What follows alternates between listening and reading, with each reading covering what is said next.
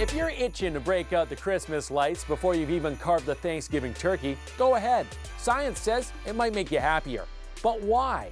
A British survey found people who decorate earlier are simply tapping into the excitement of the holidays before the rest of us. And some psychologists say it's true. Decorating can definitely lift your mood because it creates a neurological shift that can produce happiness and spikes that feel-good hormone, dopamine. But what exactly is it about Christmas decorations that triggers those happy hormones?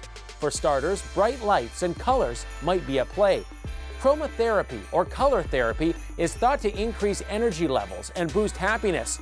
Or maybe it's just the ambience in general. Who can resist smiling at the sight of a Christmas tree being lit up for the first time? Of course, there's also the nostalgia factor. Childhood memories of Christmas being a magical time filled with joy have many of us wanting to recreate that feeling sooner rather than later. Then there's this. Decorating early might actually make the neighbors think you are a friendlier person. Yep, research has shown people interpret Christmas decorations on a home as a cue that the people inside are sociable. So there you go. Now you have the perfect excuse to break out the decorations ASAP.